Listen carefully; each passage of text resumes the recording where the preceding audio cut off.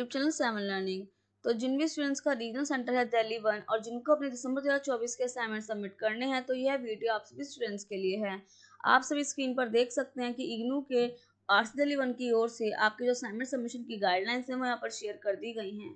आपको अपने assignments online mode में सबमिट करने हैं या ऑफलाइन मोड में, यह आपको इस वीडियो को देखने के बाद पता चल जाएगा, तो इस वीडियो को पूरा एंड तक जरूर देखें।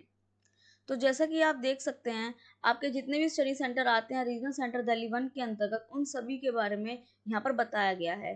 तो जो भी आपका स्टडी सेंटर है उसके आगे जो भी दी गई गाइडलाइंस है उनको ध्यान में रखते हुए आप सभी अपने असाइनमेंट्स उनको सबमिट कर सकते हैं। इससे पहले हम बात कर लेते हैं कि आपकी जो यहाँ पर गाइडलाइंस हैं जो कि आपके पूरे आरसी दिल्ली 1 की ओर से ही शेयर कर दी गई हैं, पहले आप वो यहाँ पर देख सकते हैं। तो जैसा कि इसमें साफ साफ बताया गया है कि आप सबसे पहले तो इस बात का ध्यान रखें, इस बात के लिए आप इंश्योर हो जाएं कि हाँ, आप अपने असाइनमेंट्स को सबमिट करने के लिए एलिजिबल हैं। उसी के बाद आप अपने जो असाइनमेंट्स उनको सबमिट कर सकते हैं। इसी के साथ जो भी आपको स्टडी सेंटर आपको इग्नू की ओर से अलॉट किया गया है, सिर्फ और सिर्फ वहीं पर जाकर आपको अपने जो असाइनमेंट्स है वो सबमिट करने हैं। अब फिर चाहे वो ऑनलाइन मोड से सबमिट करने हैं, ऑफलाइन मोड से, तो ये आपको गाइडलाइंस को देखते हुए पता चल जाएगा। इसी के साथ आपको जो अपने असाइनमेंट्स हैं वो सिर्फ और सिर्फ एक बार सबमिट करने हैं। आप इस फोर्थ पॉइंट को अपने दिमाग में बसा लीजिए कि ऐसा नहीं है कि बार बार आपको अपने असाइनमेंट बस सबमिट करते रहना है।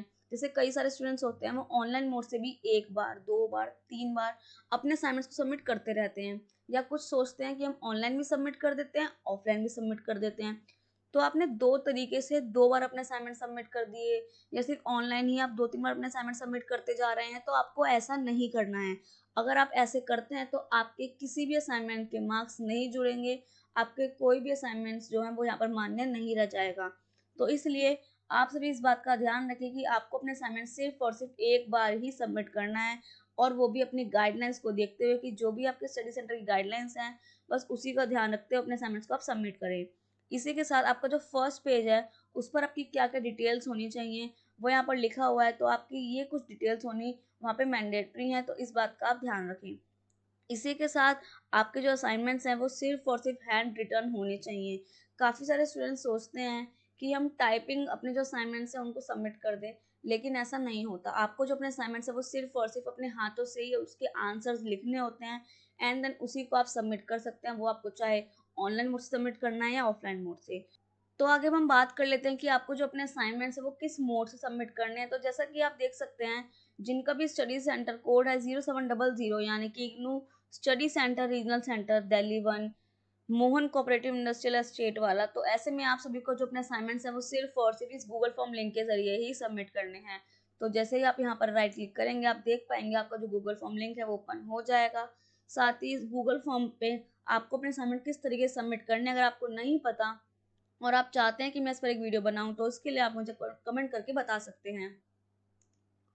इसी के साथ जिनका स्टडी सेंटर कोड है 0707, यानी कि department of commerce and business studies, तो ऐसे में आपको जो अपने असाइनमेंट्स हैं वो सिर्फ और सिर्फ हार्ड कॉपी में ही सबमिट करने हैं, और जो कि आपको अपने स्टडी सेंटर पर जाकर सिर्फ सैटरडे और संडे को ही सबमिट कर सकते हैं, सुबह 10 से दोपहर 2 बजे तक। इसी तरीके से आप देख सकते हैं, जिनका स्टडी सेंटर है देशबंधु कॉलेज, तो आपको ऑनलाइन सबमिट करने हैं। जिनका स्टडी सेंटर है गार्गी कॉलेज, ऐसे में आपको अपने जो असाइनमेंट्स हैं वो ऑफलाइन सबमिट करने हैं। यानी कि आपके यहाँ पर स्टडी सेंटर दे रखा है और उसके आगे बताया गया है कि आपको किस मोड में अपने असाइनमेंट सबमिट करने हैं, तो आप इनको देख सकते हैं और उस तरीके से अपने जो असाइनमेंट्स हैं वो सबमिट कर सकते हैं। बाकी इसके लिए आपकी कोई और क्वेरी होती है तो आप कमेंट बॉक्स में कमेंट करके पूछ सकते हैं।